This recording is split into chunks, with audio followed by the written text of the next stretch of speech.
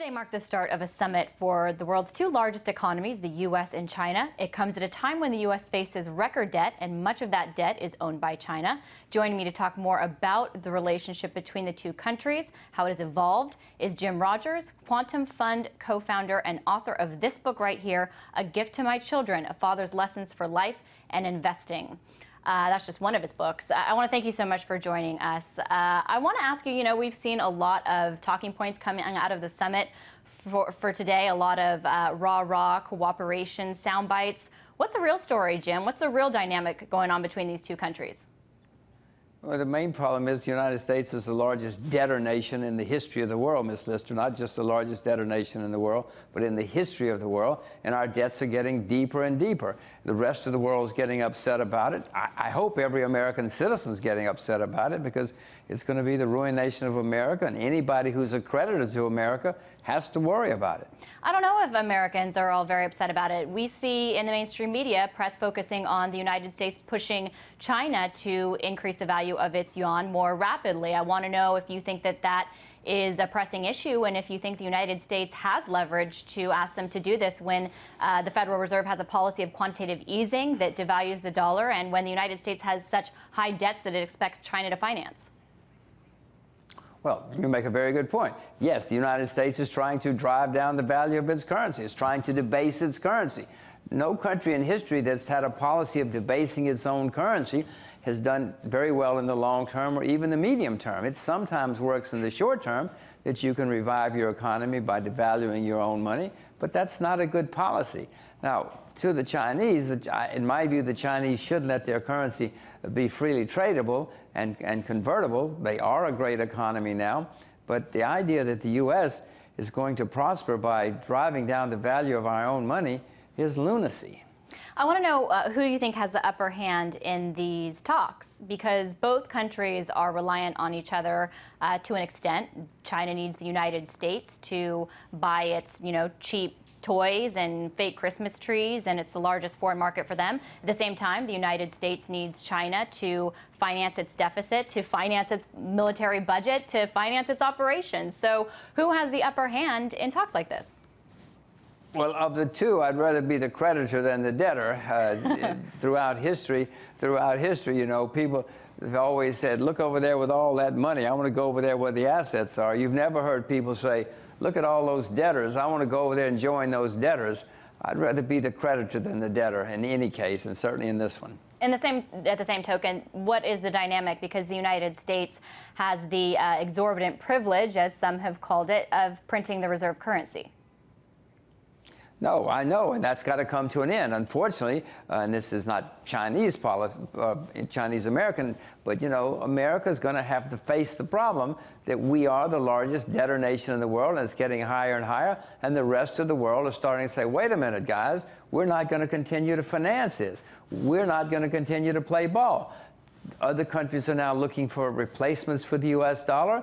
There's a lot of movement, not just in China, but all over the world, because everybody knows that the U.S. dollar is now a terribly flawed currency. I don't like saying this. I'm an American citizen and American taxpayer, but we've got to face facts. When do you see there being a tipping point, and what do you see as the replacement? Because Russia and other developing nations, Brazil, have all signed on to concerns and plans of people like Joseph Stiglitz, who lobby for a different global reserve currency. So at what point do you see this actually happening, though? Because you don't see the developed world on board.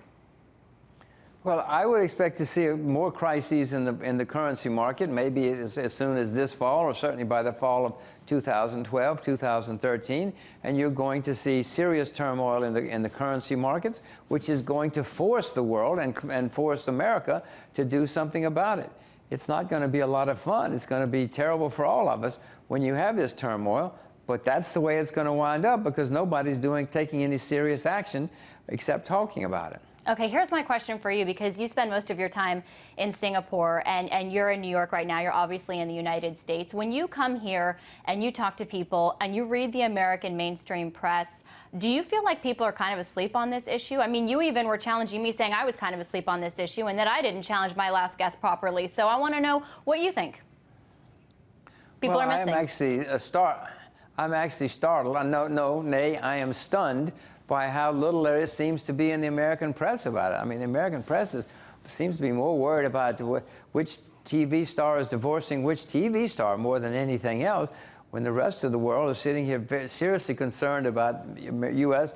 being overextended, both politically and geopolitically and militarily and economically. And yet I don't see many people in the U.S. even noticing it, much less caring about it. And yet countries like China are still used to justify an existential threat to the United States, and for leaders to be able to push continued military spending, the United States military being the most well-financed in the world. I want to know what toll you think this is eventually going to take on the lives of average Americans who might be saying, hey, it hasn't affected me so far. Ms. Lister, we've got wars going on in 3 different countries right now. We'd like to have wars in 4 or 5 more if we could figure out a way to do it. We've got troops stationed in 120 countries around the world that aren't doing anything except making enemies for us and costing us a staggering amount of money. This is all going to come to an end. And unfortunately, no country that's gotten itself into this kind of situation gets out of the problem without a crisis or a semi-crisis. We're rapidly, more and more rapidly approaching a crisis that's going to be bad for all of us. 2008 was bad. Well, wait till the next time around.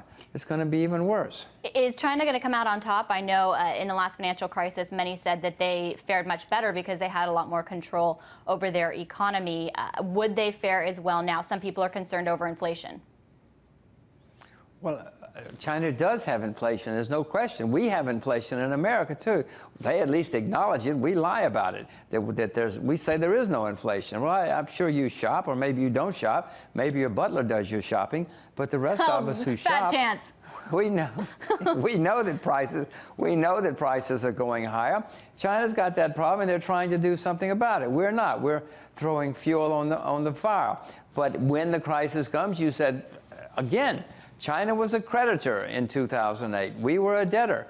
The next time around, China's going to be an even bigger creditor, and we're going to be an even bigger debtor. I mean, you know how the world works.